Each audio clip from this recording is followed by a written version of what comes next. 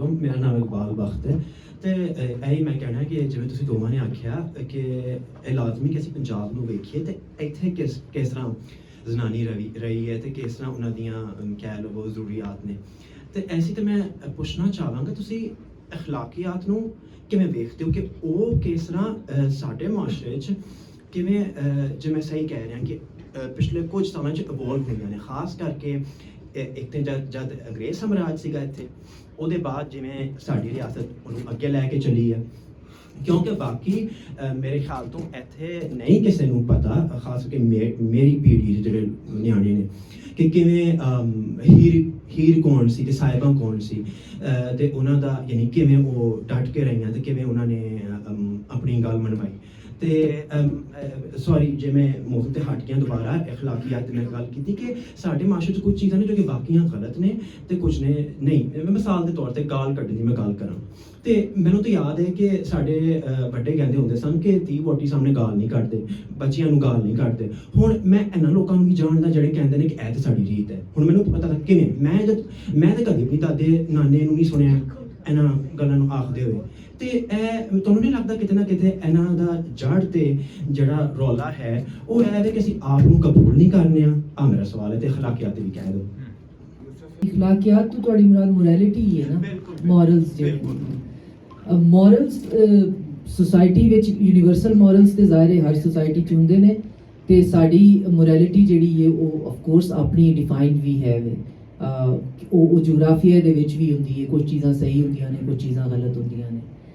ਸਾਡੀ ਜਿਹੜੀ ਆਪਣੀ ਮੋਰੈਲਿਟੀ ਹੈ, ਜਿਹੜੀ ਸਾਡੀ ਫੋਕ ਵਿਜ਼ਡਮ 'ਚ ਆਉਂਦੀ ਹੈ, ਜਿਹਨੂੰ ਅਸੀਂ ਓਰਲ ਵਿਜ਼ਡਮ ਆਉਂਦੇ ਹਾਂ, ਉਹ ਸਾਡੇ ਤੱਕ ਬਹੁਤ ਜ਼ਿਆਦਾ ਨਹੀਂ ਪਹੁੰਚਾਈ ਗਈ। ਸਾਡੇ ਕੋਲ ਮੋਰੈਲਿਟੀ ਵੀ ਵੈਸਟਰਨ ਹੈ, ਸਾਨੂੰ ਉਹਨੇ ਕਦੀ ਪ੍ਰੋਬਲਮ ਨਹੀਂ ਦਿੱਤਾ, ਅਸੀਂ ਉਹਨੂੰ ਮੰਨ ਲੈਂਦੇ ਹਾਂ।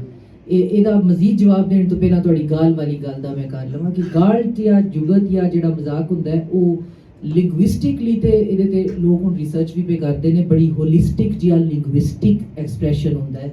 ਲੇਕਿਨ ਚੂੰਕਿ ਇਹਦੇ ਵਿੱਚ ਜਿਹੜਾ ਲਿੰਗੁਇਸਟਿਕ ਯੂਨਿਟ ਜਿਹੜੇ ਇਸਤੇਮਾਲ ਹੋਏ ਹੁੰਦੇ ਨੇ ਅਗੇਨ ਉਹ ਸੋਸ਼ਲੀ ਅਪਰੋਪਰੀਏਟ ਨਹੀਂ ਹੁੰਦੇ ਤੇ ਸੋਸਾਇਟੀ ਨੇ ਕਲੈਕਟਿਵਲੀ ਡਿਸਾਈਡ ਕੀਤਾ ਹੁੰਦਾ ਹੈ, ਆਈ ਡੋਂਟ ਨੋ ਕਿਉਂ, ਕਿ ਕੁਝ ਚੀਜ਼ਾਂ ਜਿਹੜੀਆਂ ਨੇ ਉਹ ਓਪਨਲੀ ਨਹੀਂ ਆਖਣੀਆਂ।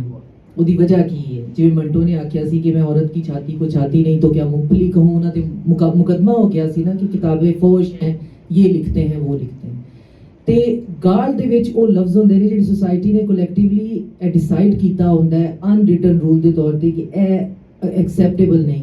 ਤੁਸੀਂ ਆਪਣੇ ਐਗਰੈਸ਼ਨ ਦੇ ਵਿੱਚ ਉਹਨੂੰ ਹੋਰ ਜ਼ਿਆਦਾ ਜਿਹੜਾ ਹੈ ਨਾ ਡਾਈਵਰਸੀਫਾਈ ਲਿੰਗੁਇਸਟਿਕਲੀ ਕਰਕੇ, लेकिन बहरहाल वो एक्सेप्टेबल नहीं। लिहाजा जो भी बंदा है कहता है जी हमारे कल्चर में है तो ਉਹਦੇ ਕੋਲ ਅਗਲਾ ਸਵਾਲ ਹੈ ਹੋ ਸਕਦਾ ਹੈ ਕਿ ਮੈਨੂੰ ਉਹ ਕਲਚਰ ਆਈਡੈਂਟੀਫਾਈ ਕਰ ਦੇ ਜਿਹਦੇ ਵਿੱਚ ਗਾਲ ਹੈ ਹੀ ਨਹੀਂ। ਤੇ ਹਰ ਕਲਚਰ ਦੇ ਵਿੱਚ ਜਿਹੜੀ ਹੈ ਨਾ ਗਾਲ ਹੈ। ਗੁੱਸੇ ਦੇ ਵਿੱਚ ਤੁਸੀਂ ਲਫ਼ਜ਼ਾਂ ਦਾ ਇਸਤੇਮਾਲ ਉਹਨਾਂ ਤਰੀਕਿਆਂ ਨਾਲ ਕਰਦੇ ਹੋ ਜਿਹਦੇ ਵਿੱਚ ਤੁਹਾਨੂੰ ਸੋਸਾਇਟੀ ਨੇ ਮਨਾ ਕੀਤਾ ਹੋਵੇ, ਇਹ ਹੀ ਤੁਹਾਡਾ ਗੁੱਸਾ ਹੁੰਦਾ ਹੈ, ਠੀਕ ਹੈ।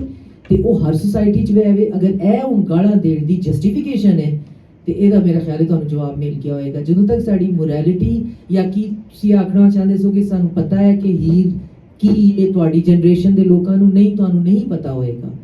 ਉਹਦੇ ਤੋਂ ਰਿਲੇਟਡ ਨੋਰਮਸ ਵੀ, ਉਹਦੇ ਤੋਂ ਰਿਲੇਟਡ ਸਟੀਰੀਓਟਾਈਪ ਵੀ, ਉਹਦੇ ਤੋਂ ਰਿਲੇਟਡ ਟੈਬੂਜ਼ ਵੀ ਸਾਨੂੰ ਨਹੀਂ ਪਤਾ ਹੋਣਗੇ। ਕਿਉਂ?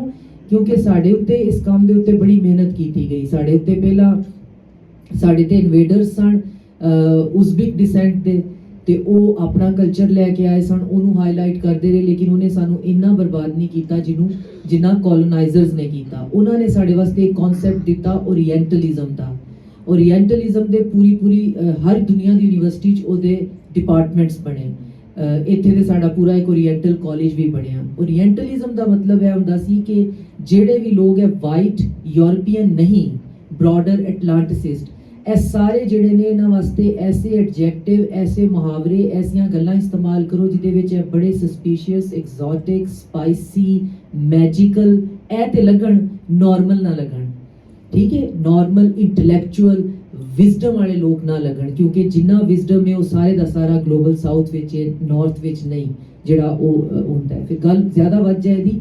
ਲਿਹਾਜ਼ਾ ਇਹ ਤੁਹਾਡੀ ਗੱਲ ਬਿਲਕੁਲ ਠੀਕ ਹੈ ਕਿ ਸਾਡਾ ਜਿਹੜਾ ਓਰਲ ਫੋਕ ਵਿਜ਼ਡਮ ਹੈ ਉਹ ਤੁਹਾਡੇ ਤੱਕ ਨਹੀਂ ਪਹੁੰਚ ਸਕਿਆ ਕਿਉਂਕਿ ਗੋਰੇ ਨੇ ਸਾਨੂੰ ਦੱਸਿਆ ਕਿ ਆਪਣੀ ਹੋਂਦ ਨੂੰ, ਆਪਣੀ ਐਗਜ਼ਿਸਟੈਂਸ ਨੂੰ ਕੁਰੇਦਣਾ ਜਾਂ ਤਲਾਸ਼ ਕਰਨਾ ਇਹ ਇੱਕ ਟੈਬੂ, ਸਟੀਰੀਓਟਾਈਪ ਤੇ ਬੜਾ ਓਰੀਐਂਟਲ ਕਨਸੈਪਟ ਹੈ। ਓਰੀਐਂਟਲ ਕਨਸੈਪਟ ਕਿਉਂ ਹੈ? ਕਿਉਂਕਿ ਤੁਸੀਂ ਜ਼ਾਤ ਪਾਤ ਦੀਆਂ ਗੱਲਾਂ ਕਰੋਦੇ, ਤੁਸੀਂ ਲਿਸਾਨੀ ਤਾਸੁਬਾਤ 'ਚ ਪੈ ਜਾਓਦੇ, ਤੁਸੀਂ ਗੱਲ ਕਰੋਦੇ ਕਿ ਜ਼ਾਤਾਂ ਤੇ ਕੌਣ ਉੱਚਾ ਤੇ ਕੌਣ ਨੀਵਾਂ, ਤੇ ਇਹ ਵੀ ਸਾਡੇ ਕੋਲ ਕਲੋਨੀਅਲ ਕਨਸੈਪਟ ਹੈ। ਉੱਚੀ ਨੀਚੀ ਜ਼ਾਤ ਦਾ ਵੀ ਕੋਈ ਨਹੀਂ ਸੀ, ਸਾਡੀ ਜ਼ਾਤ ਪਾਤ ਦਾ ਡਾਇਰੈਕਟਲੀ ਲਿੰਕ ਜਿਹੜਾ ਹੈ ਉਹ ਐਸੋਸੀਏਟਡ ਵਰਕ ਤੋਂ ਹੈ। ਤੇ ਲਿਹਾਜ਼ਾ ਸਾਨੂੰ ਪਹਿਲਾਂ ਇਹ ਦੱਸਿਆ ਗਿਆ ਕਿ ਜ਼ਾਤਾਂ ਪਾਤਾਂ ਸਿਰਫ ਜਾਨਵਰਾਂ ਦੀਆਂ ਹੁੰਦੀਆਂ ਨੇ, ਬਰੀਡ ਕੁੱਤੇ ਦੀ ਪੁੱਛੀ ਜਾਂਦੀ ਹੈ। ਲਿਹਾਜ਼ਾ ਇਹ ਗੱਲਾਂ ਬਿਲਕੁਲ ਨਹੀਂ ਤੁਸੀਂ ਕਰਨੀਆਂ। ਤੁਸੀਂ ਕੌਣ ਹੋ ਇਹ ਤੁਸੀਂ ਨਹੀਂ ਪਹਿਚਾਨਣਾ, ਤੁਹਾਨੂੰ ਜਾਣਨ ਦੀ ਲੋੜ ਕੋਈ ਨਹੀਂ। ਬਸ ਤੁਸੀਂ ਬੜੇ ਐਗਜ਼ੋਟਿਕ ਜਿਹੇ ਲੋਕ ਹੋ, ਬੜਾ ਸਪਾਈਸੀ ਜਿਹਾ ਫੂਡ ਖਾਂਦੇ ਹੋ, ਮੈਜੀਕਲ ਤੁਹਾਡੀ ਲਾਈਫ ਹੈ, ਬਰਾਊਨ ਤੁਹਾਡਾ ਕਲਰ ਹੈ, ਕਾਮਾ ਸੂਤਰਾ ਤੁਹਾਨੂੰ ਪਸੰਦ ਹੈ।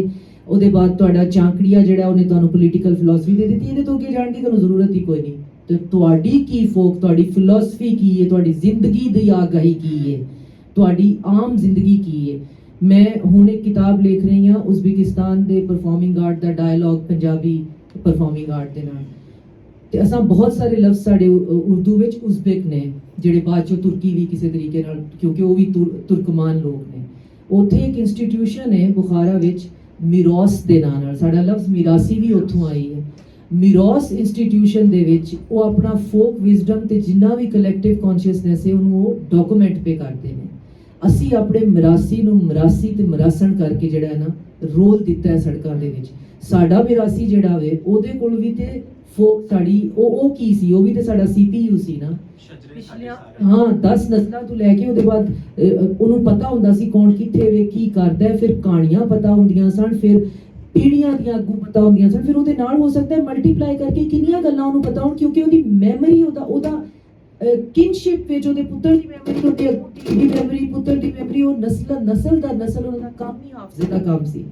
ਉੱਥੇ ਮਿਰੌਸ ਸਾਹਿਬ ਬੈਠੇ ਨੇ, ਤੁਸੀਂ ਗੋਡੀਆਂ ਨੂੰ ਹੱਥ ਲਾਉਂਦੇ ਹੋ ਪ੍ਰੋਫੈਸਰ ਸਾਹਿਬ ਨੂੰ ਜੀ। ਮੇਰਾ ਬਾਪ ਵੀ ਮਿਰੌਸ ਸੀ, ਫਿਰ ਉਹਦੇ ਤੋਂ ਵੱਡਾ ਉਹ ਵੀ ਮਿਰੌਸ ਸੀ, ਉਹ ਵੀ ਨਸਲੀ ਤੌਰ ਤੇ ਆਉਂਦਾ। ਅਸੀਂ ਇੱਥੇ ਲੋਕਾਂ ਨੂੰ ਭੰਡ ਤੇ ਮਿਰਾਸੀ ਕਰਕੇ ਜਿਹੜਾ ਨਾ ਸਾਈਡ ਤੇ ਕਰ ਦਿੱਤਾ ਵੇ। ਕਿਉਂ? ਕਿਉਂਕਿ ਸਾਨੂੰ ਦੱਸਿਆ ਗਿਆ ਹੈ ਕਿ ਤੁਹਾਨੂੰ ਮੋਰੈਲਿਟੀ ਵੀ ਕਿਉਂ ਇੰਪੋਰਟ ਕਰਨੀ ਹੈ। ਤੁਹਾਡੇ ਕੋਲ ਆਪਣੇ ਕੋਲ ਕੋਈ ਖਾਸ ਐਸੀਆਂ ਜ਼ਿੰਦਗੀ ਦੀਆਂ ਮੋਰਲ ਵੈਲਿਊਜ਼ ਨਹੀਂ ਜਿਹੜੀਆਂ ਕਿ ਕਾਫੀ ਹੋਣ ਤੁਹਾਡੇ ਵਾਸਤੇ।